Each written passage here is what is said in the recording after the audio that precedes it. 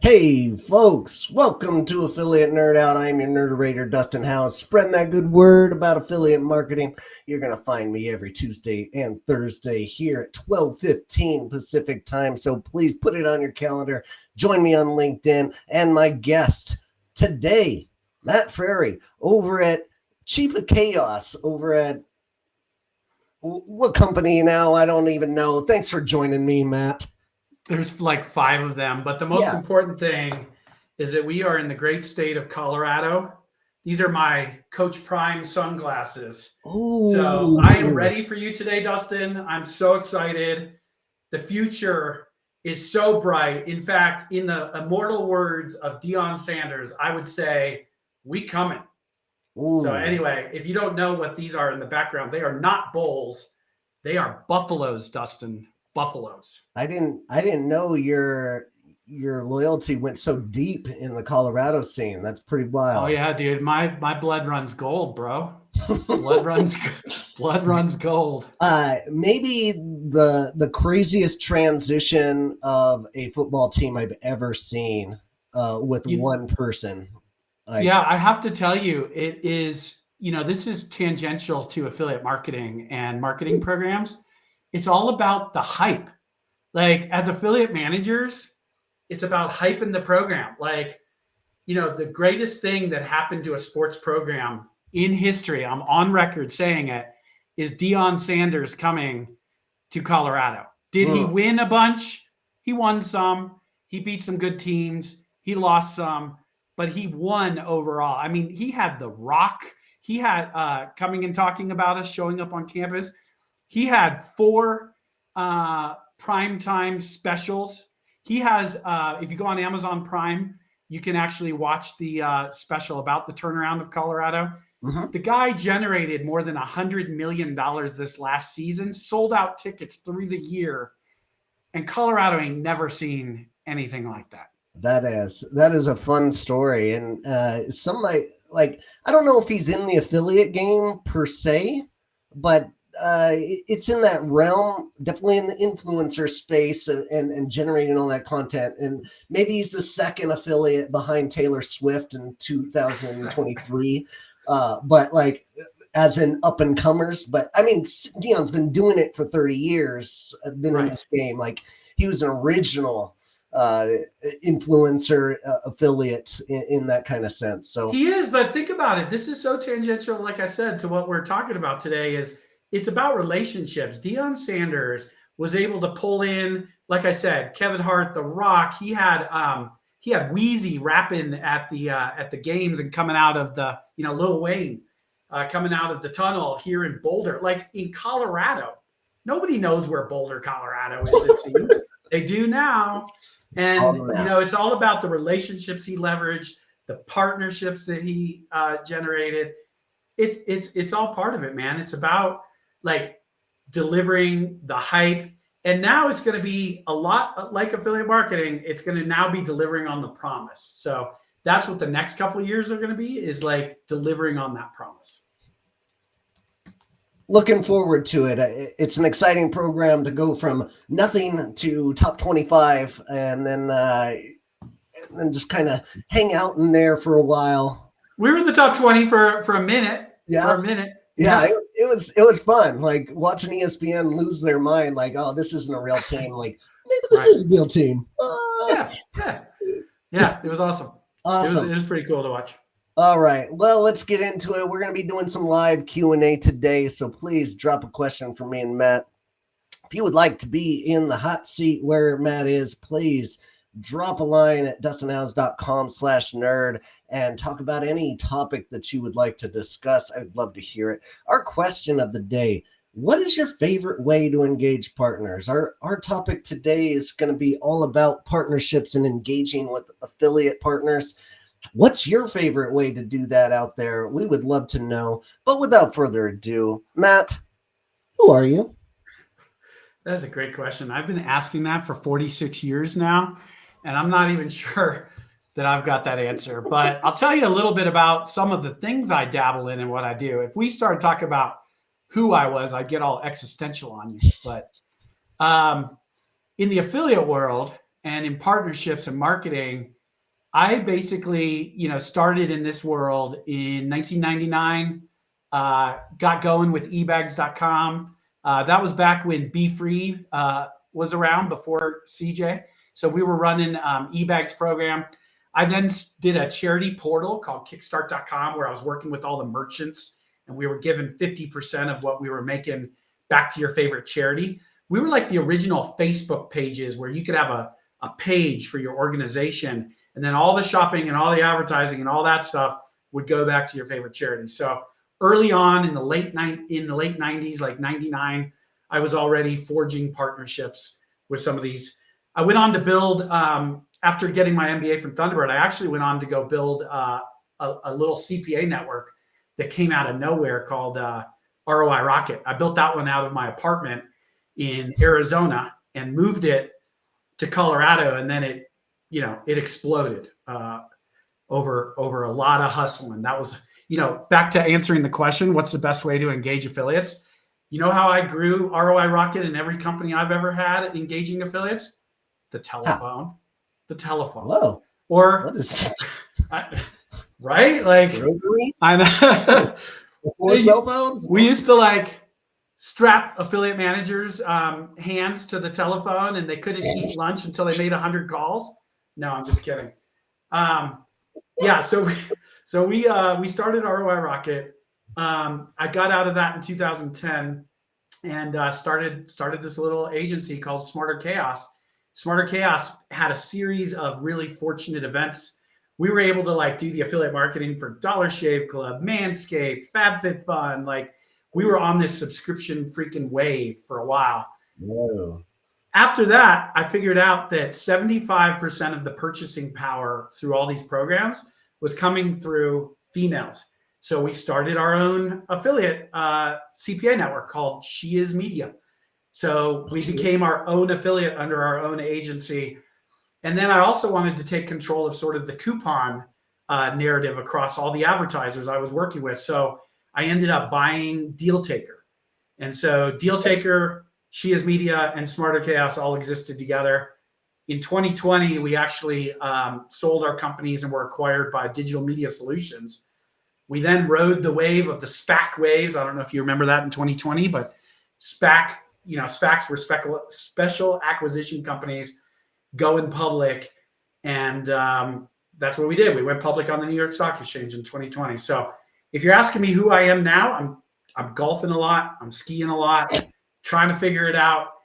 But recently, I'm back in the game. I started a B2B agency called the Partner Agency, 100% dead focused on building B2B affiliate programs. That's all we do at the Partner Agency.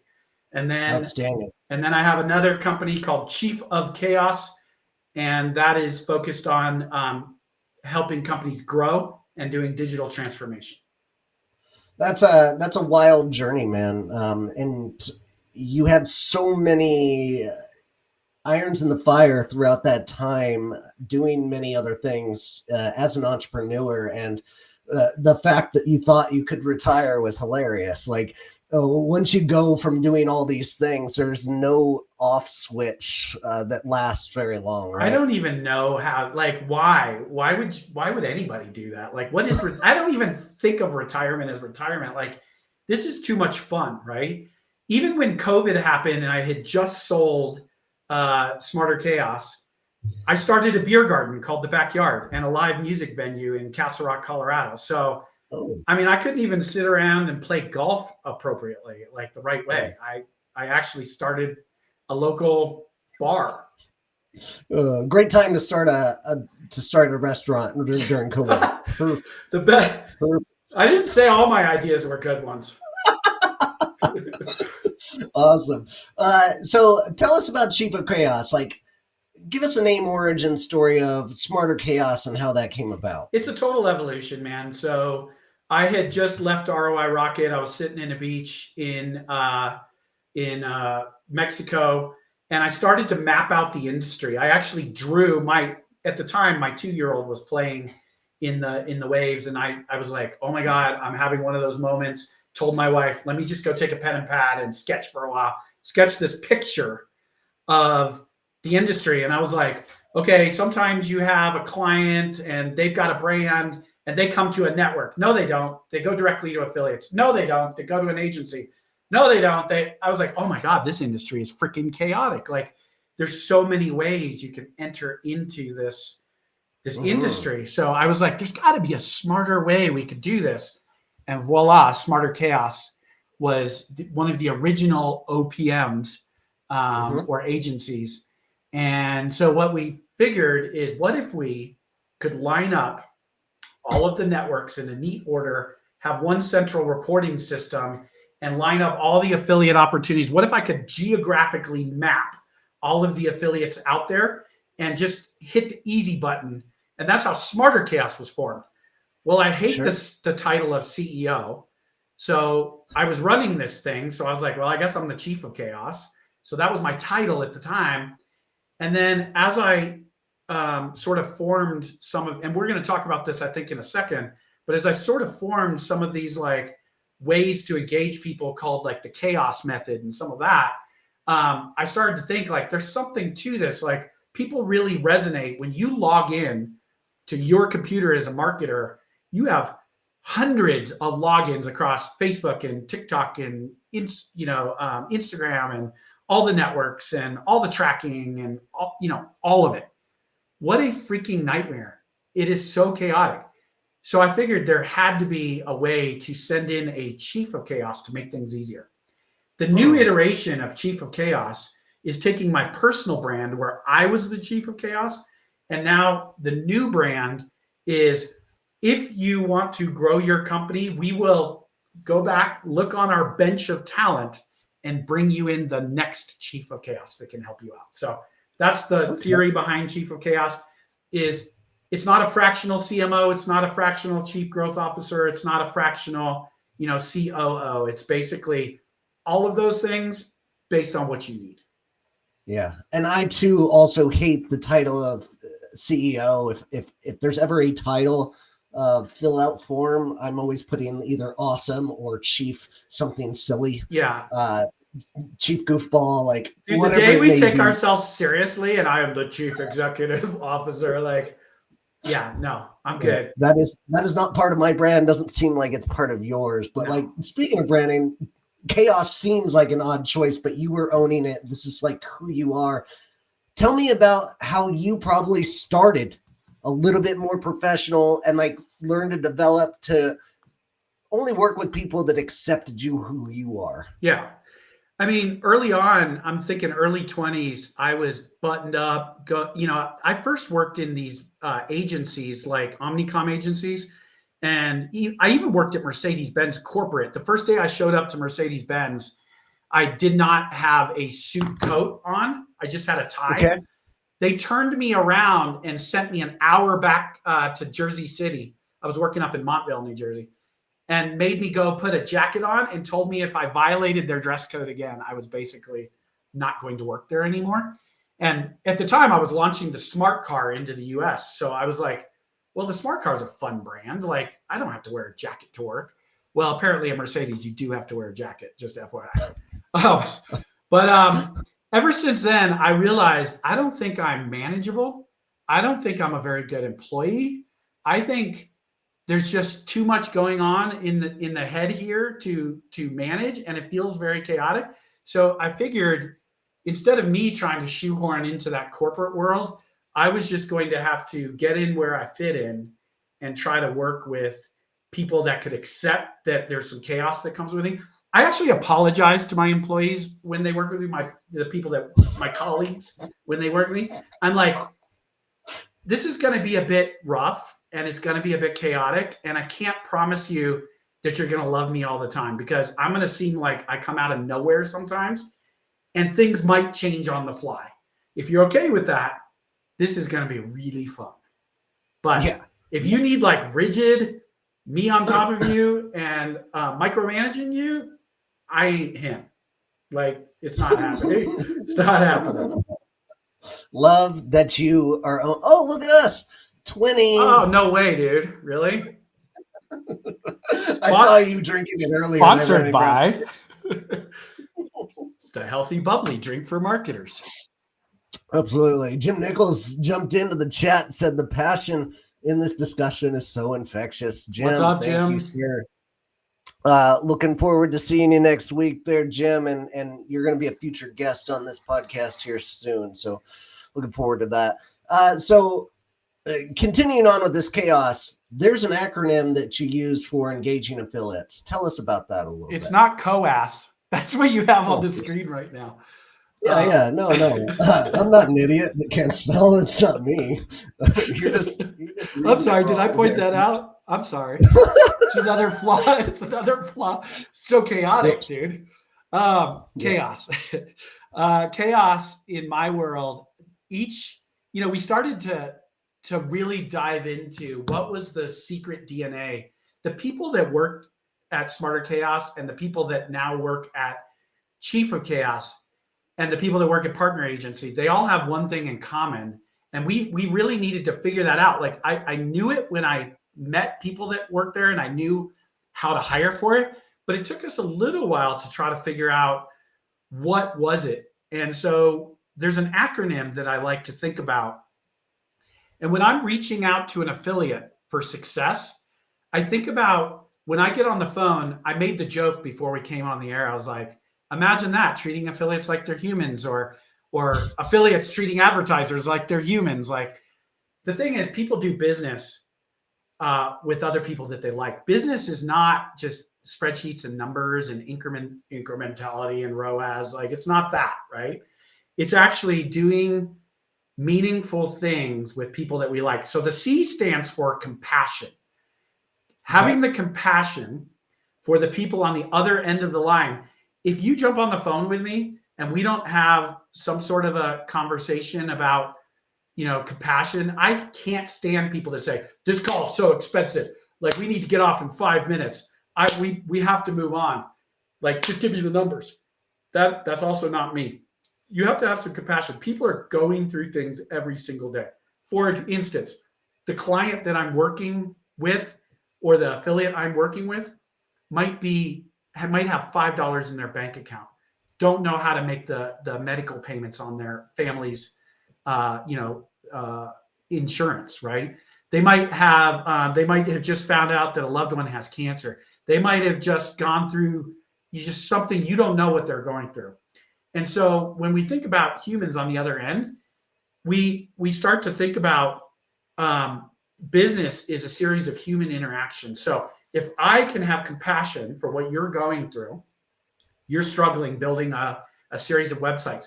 You feel like you're just so close to monetizing these things. You just need that one thing that's going to send you over making millions of dollars. You've seen everybody do it at Affiliate Summit.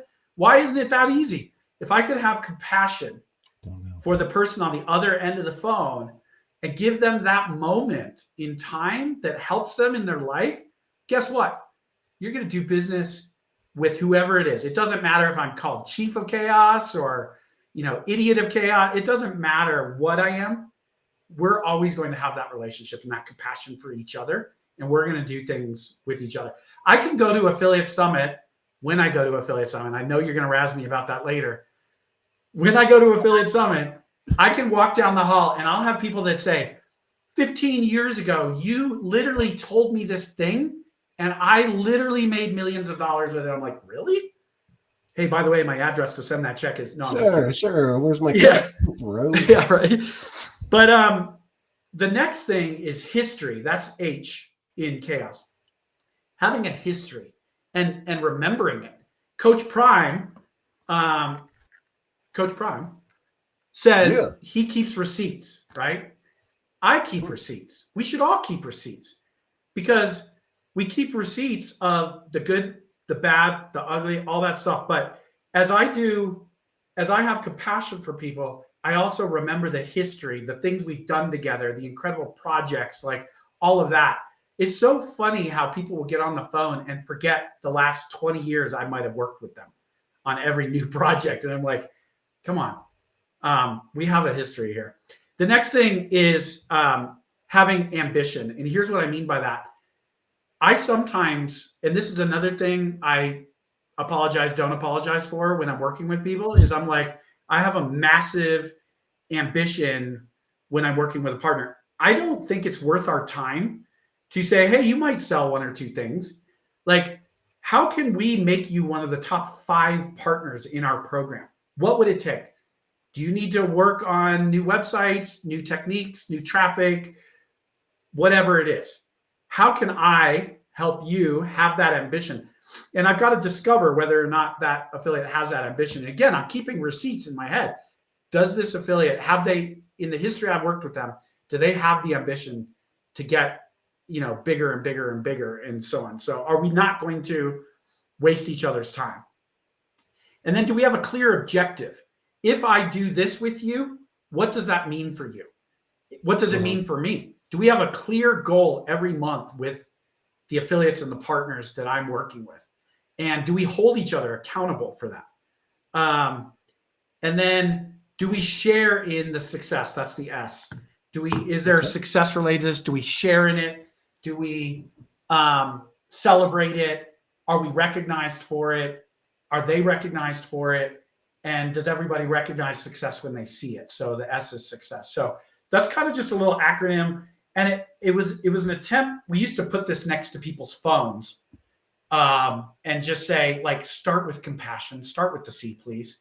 Like, if I hear you get on the phone and you just start, hammering on numbers, why haven't you sent me traffic? Why haven't you started the program yet? Why haven't you have a little compassion for what the other person's doing on the other side? So anyway, hopefully that colors in a little bit of my, methodology, if you will. I loved everything about that. One thing that really sticks out there is the ambition part, that you can't teach that. You can't teach that drive, right? But what can you do? You can help your bring it out partners make their life so much easier and put things on a silver platter. If they're going to make a ton of money for your brand, like, that's a key opportunity of you to alleviate some of that time that is holding them back from promoting you. Absolutely. And that really comes up to one of your key philosophies, providing value first. Like, can you speak on what you do for those affiliate partners out there that you've worked with in the past, the ones that are making millions of dollars and coming up without their checks in their hands to hand you? What are you doing to help provide them value first as an affiliate manager? Well, think about every business interaction you have with affiliates, with vendors, with investors, with just anything that you could think of. The problem with most meetings is people want to get what they want to get out of it. So a lot of times our interactions are quick, get to the point, like, this guy could make me a bunch of money, or, whatever that is. So I like to reverse things, is give value first. I like to, as I say, like, palms up, offer. Because when I offer things in the universe, I don't know, what God's people believe in or powers in the universe, but I believe when we offer value to the world first, I believe that it comes back to us tenfold, not because we expect it to, but because I believe that you're putting that good energy out, you're adding value. People remember that. And even if it's just that sort of universe's memory of you, the legacy that you leave. And I think of it as a legacy in every relationship that I'm having is, how are you going to remember me? Oh, if Matt calls me, I know it's a good offer. I know he's trying to make me money. I know he's trying to help me and in the business, and he's not even asking me for anything. I mean, what an incredible way to be received on the other end. If I come down the hallway and you're coming at me, you're going to avoid me if I'm asking, hey, where's my traffic? Hey, hey, why haven't you got my link up yet? I'm like, shoo, I've got other things, Yeah. But if it's like, oh, here comes Matt, like, oh my God, he's coming with like apple pie. More gifts. It's incredible. More gifts. Yeah. More gifts. I love that philosophy. One thing I've been implementing lately is, with the programs I'm running, I have pretty decent domain authority on dustinhouse.com and another couple of websites. And now I'm just giving affiliates backlinks to their homepage. Give it. Yeah, I'm just giving Yeah. early, and before I even come to the conversation, I'm like, "Hey, I really love this article. Gave you a backlink over here from my site. Wondering if you'd be interested in this product that I'm working on." And now I have an upper hand as an affiliate manager because I have built myself as an affiliate and worked on SEO for all these years. But Yeah. like, is that kind of the same thing you're Yes. getting? Yes. So Yeah. That type of okay, thing. I mean, now let's apply it on the advertiser side as an agency. Instead of okay, instead of putting into an AI system and hammering the crap out of them with an AI sales thing like, I know affiliate, we should talk. I know affiliate, we should talk. Instead of doing that, what if you added actual value? You don't ask for anything and you contact these advertisers that you're a big fan of. We were just talking about this brand Vuori right here. yeah, What yeah. if I go to Vuori and I don't ask anything? I'm just like, hey, I noticed you didn't have an affiliate program. Did you know that, you know, a really healthy affiliate program could drive 20, 30% more sales to your program? How could I help you set that up? Do you want to do a 30-minute like session and I'll just like tell you? Or not even doing that, not even asking for the meeting, just going in and literally sending them an email and being like, hey, here's some resources. You should go sign up here. You should do these things. This could help your brand. Or let's say you come up with a really good brand idea. Like I've come up with really great videos in my mind. They were great um, for brands. And I'll just send it off through LinkedIn and be like, hey, I was thinking about your brand. Like, what if you guys did this? And they're like, wait, who is this guy? I love that. You know what I'm Love saying? that. Like, That's provide value. provide value. Absolutely love that mentality. We've got Jim Nichols in the chat who dropped a big one on us, and he's loving that we're talking ambition, pondering the question. Love our opinions on it. Affiliate in the U.S. is $10 billion. I'm going to have to carry on because Jim's question is really long, but it's only $10 billion after 27 years. Why isn't it 100 billion when retail media is 80 billion in 4 years? What is holding affiliate back? I've got some thoughts on this. Do you want to answer that first, Matt? I'd love to hear your thoughts and then I'll react. I'm going to play host for a second. Hold on. Here's my podcast mic. Okay. Let's go ahead, Dustin. What are your thoughts on why affiliate is Uh, not growing? yeah, yes, indubitably. Yes. My thought is affiliate gets held back and is the last click attribution, and all the other channels are stealing attribution from the affiliate channel. We're going to go into like how you don't think affiliate is a channel, but I can't help but say that word. You can't. No, But everybody can't. We're going to learn that that's not really a thing, but keep going. all right. So affiliate is on its own island. Nobody else at the company understands it, and everybody is going to steal from it and is mad that affiliate is getting credit for all these other things. And if anybody else touches that attribution, affiliates out the window. Right. So why is it not 100 billion? Is because everybody else is stealing from us. Well, it's just because, in that world that you just painted, it's just whether or not you have a affiliate manager with a baseball bat inside the organization that can beat down all the haters that are Sure. in the organization. But, look, the old way of looking at this was, as you said, last click attribution. And based on that, that's already flawed, by the way. It's already flawed saying to judge, as you put it, a channel, as I would say, a media source.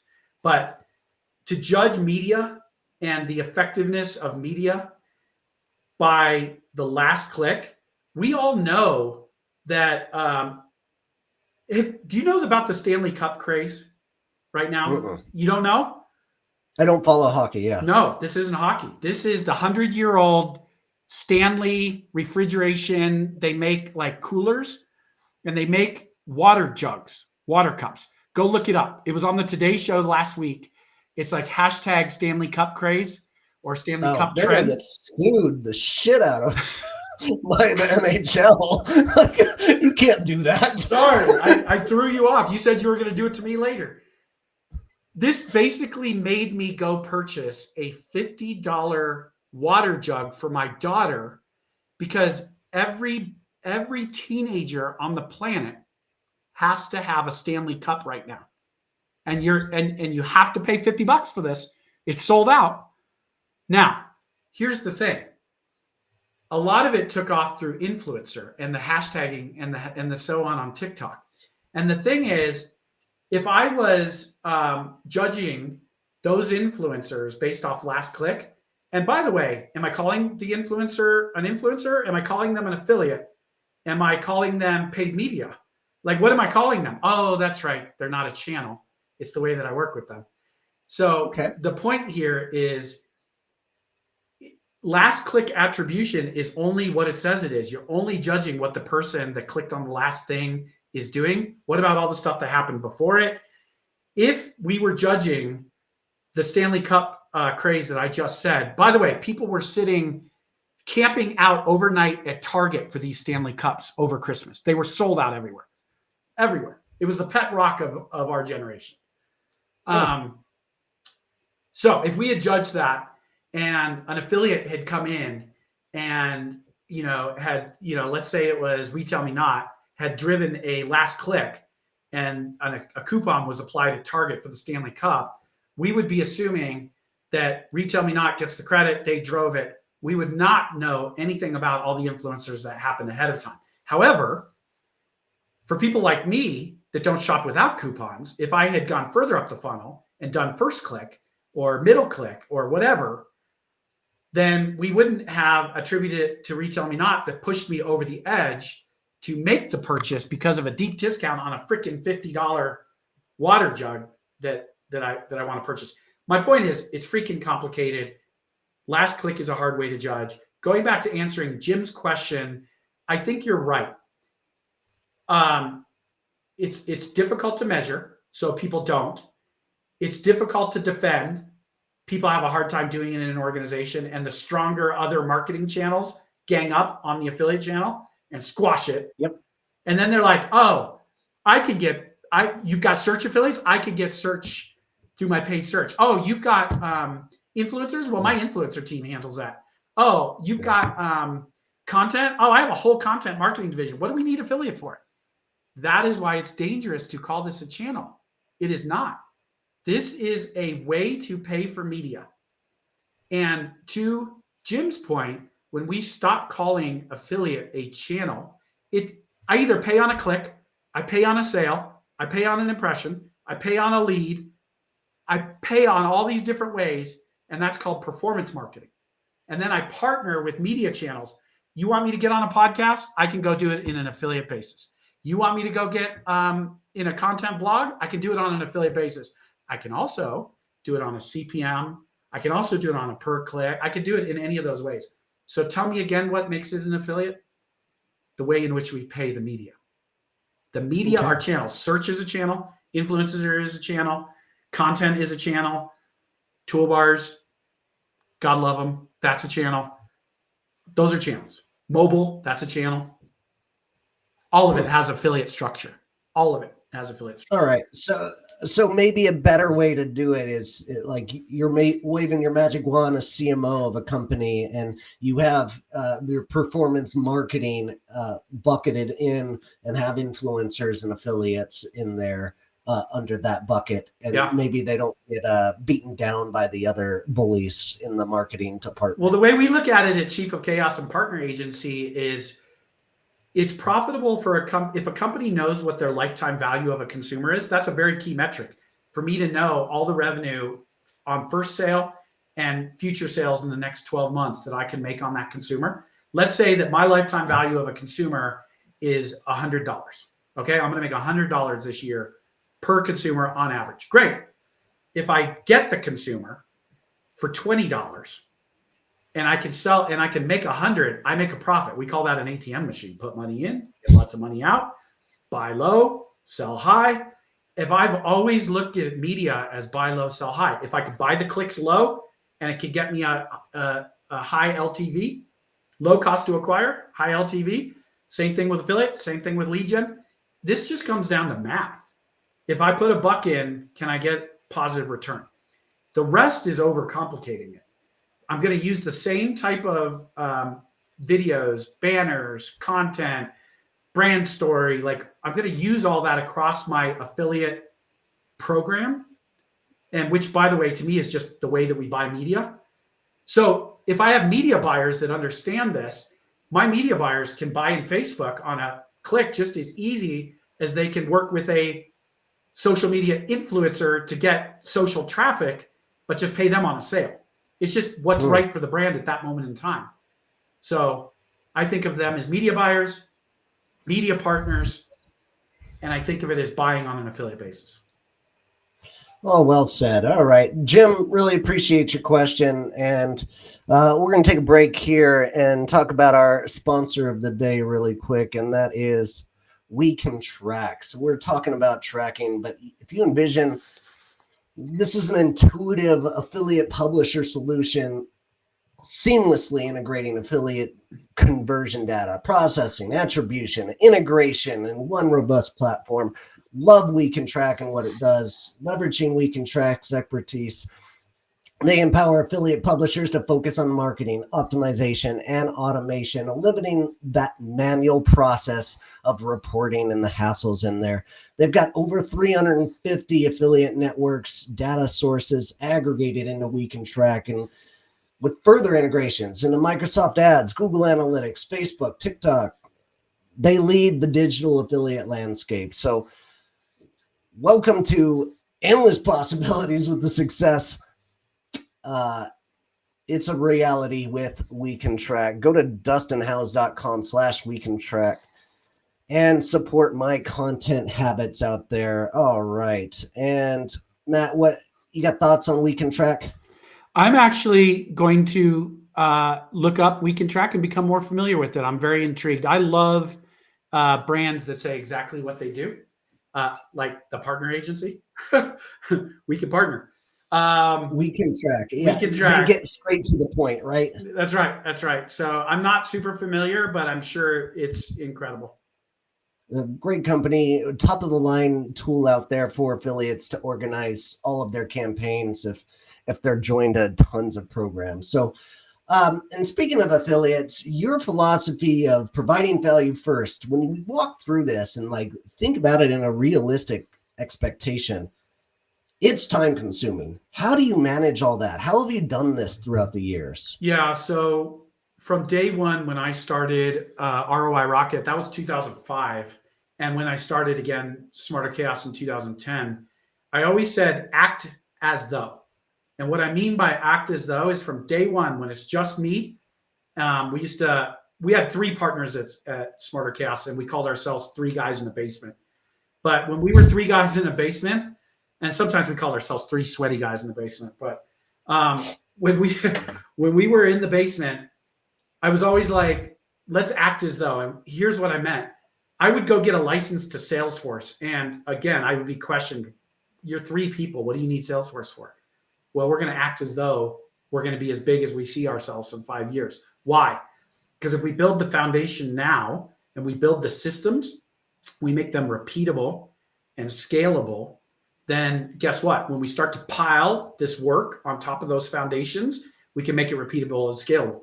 So I love very neat and orderly systems. As much as I use the word chaos, if you came into our agency, and this is why I think we were acquired, why Smarter Chaos was acquired, was because everything was so ordered in our agency. So we use Basecamp for all communication. So everything we say, we task each other with, we task the client tasks us with, all in Basecamp. It's one single record of communication and tasks and work being done. And we can see it in real time as the work's getting ticked off. So we've got a delegation software. We use HubSpot. So we track all inbound advertisers and requests for any of the work. So if it's B2B, it goes to this company. If it's direct to consumer, it goes to that company. If it's AI, it goes to another company. And so on any inbounds, we've got HubSpot and some logic there, and then different types of accounts. If you're a media partner, influencer, media channel, affiliate, whatever, we have another set of accounts in HubSpot for you as well. And that's all, outlined in there. And we have we also create what we call deals. So we'll actually, every time we have a conversation with an affiliate agrees to run, let's say at the partner agency, they run my client remote.com. So business.com wants to run remote.com. That to me is an agreed on media placement. That's a deal. So that gets tracked to HubSpot. So I track every deal with every affiliate across everything. And I can't do all that by myself. I have incredible people. Some of the folks at Partner Agency, shout out to Chris and Jess and Augie and Aaron and Brandon and all of them. Jess and Chris actually were some of the original folks that got Pepper Jam rolling. So they have a deep knowledge of knowing how to scale something from when Pepper Jam was just an agency, and then it became a platform, and then it sold to eBay, and then it came private. Like they rode that ride. So building scalable, repeatable processes, document everything. So in the age of having ChatGPT and all this AI stuff, you could start to document. Originally, back in the day, we actually used an internal wiki. And so if you came in as an affiliate manager at Smarter Chaos, we actually had a knowledge base. And if you said, how do I set up a program at Impact? You could go into our wiki, and we had video tutorials, and we had articles we wrote internally. So we had all this proprietary process, like the best of the best were writing these on how-tos. So you could do that again. You could do that now with like AI and some of that kind of stuff. So again, to answer your question, good people. Okay. You're welcome, Jess. I saw that Jess just saw to my shout out. She says, thank you. But having the best people, the repeatable, scalable processes, and then getting the hell out of the way, like letting good people do things on those. And if you have to insert yourself into everything, you cannot scale. So I may think that everything's better when I'm inserted into it, but I have to be able to let go of control and let the people do what they're best at. So quick story, what my father-in-law owns one of the largest horse hospitals in the world. And I asked him how he built that. And his answer was, well, I just hired the best vets in the world. Well, duh. Like we should be doing that in affiliate, right? Like hire the best surgeons, hire the best farrier, hire the best, podiatrist, hire the best, whatever that is. Hire the best, strive to be the best, build them scalable, repeatable solutions, and get the hell out of their way. Smart. I'm hearing, build your SOPs, your processes, make it repeatable, use a CRM to document everything, and obviously follow that acronym of chaos for that success, right? We have other systems. I mean, Camp's a standard go-to. Slack is another go-to. Sure. We've used for many years, we used Affluent as our reporting. It sounds like WeTrack is similar to what we used Affluent for back in the day to track all the pub side stuff. And then, of course, we have software like Media Rails and all the different networks that we've worked with and all that stuff. So we have our standard tech stack that we bring in, repeat it, set it up kind of the similar way. Yep. Any templates that we've had for success, even when launching an affiliate program, the quickest way to go to market is go to the media channels you've had success with. Go to the affiliates that have driven you a ton of your traffic and build that. Going back to my acronym, you have a history with them. Build that relationship with them and rinse and repeat. Everybody loves the guy that comes back around and hands them a check. Like, be that guy. Yeah. You mentioned Media Rails. I've got to let you know, like, I'm the new co-founder of a product called AffyStash that is doing something very similar. Your partner agency is going to be very interested in seeing what that is. But as we wrap up the show, I've taken enough of your time here, Matt. So I want to get to our Defend Your Post portion of this. And I thought it was super important. We want to slow down school shootings. We're open source to a threat detection AI. We made it for free. Other companies are charging up to $1 million per school, but we're doing this for free. It's open source.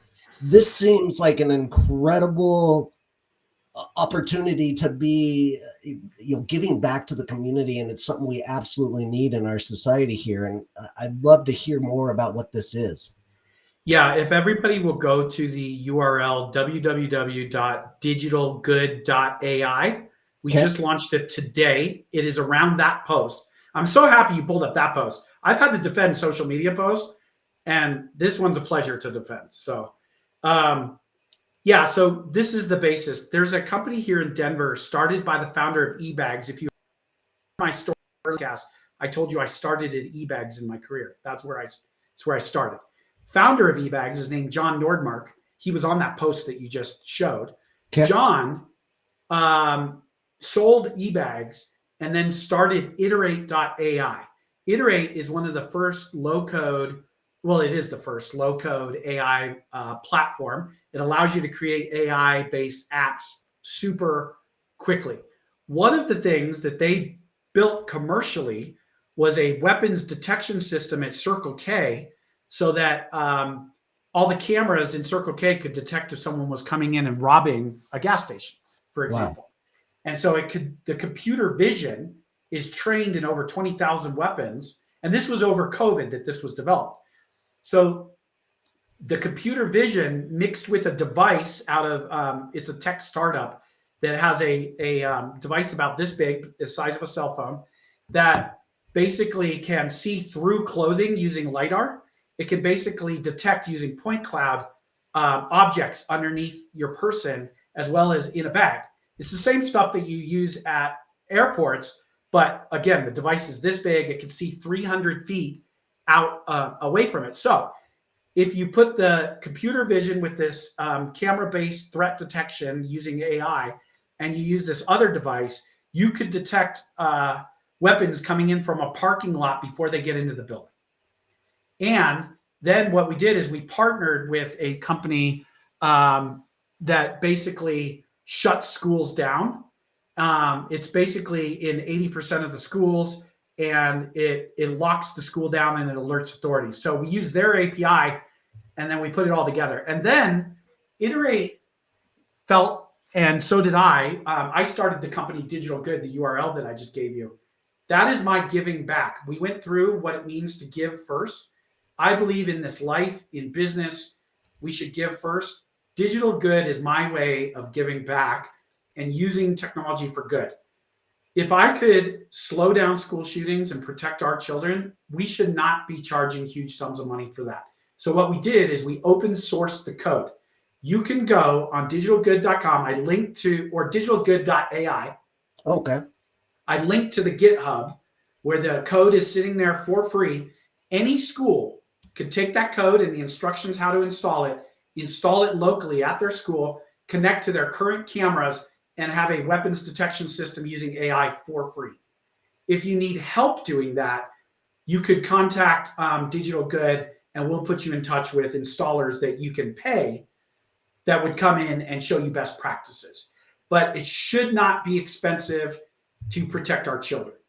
And that is what that post is all about. It is about saving the world from rampant shootings and just at the end of the day, being a good person. The next iteration of this is stopping human trafficking, because the same technology that detects weapons can be deployed in airports, bus stations, and detect women that are being trafficked into human trafficking, children that are being trafficked. We already have this deployed in airports in Mexico, and we have the weapons detection deployed in schools in Colorado. We know it works.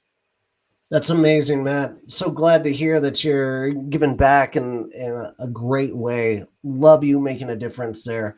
Awesome. I really appreciate your time today and all the insights. Said some great snippets there today.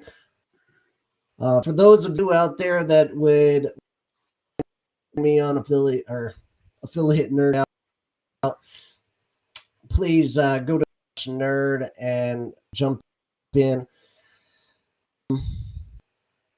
My computer is lagging dramatically. All right, we'll close out here. For those that are going to Affiliate Summit, unlike Matt, who decided he will not be going, please get on the Affiliate Summit app and schedule a time to hang out with me. I would love to meet new people.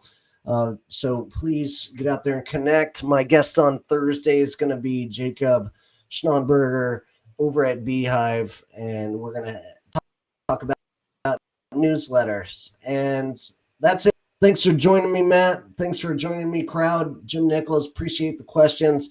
And we'll see you all out there. Take care. Appreciate you guys.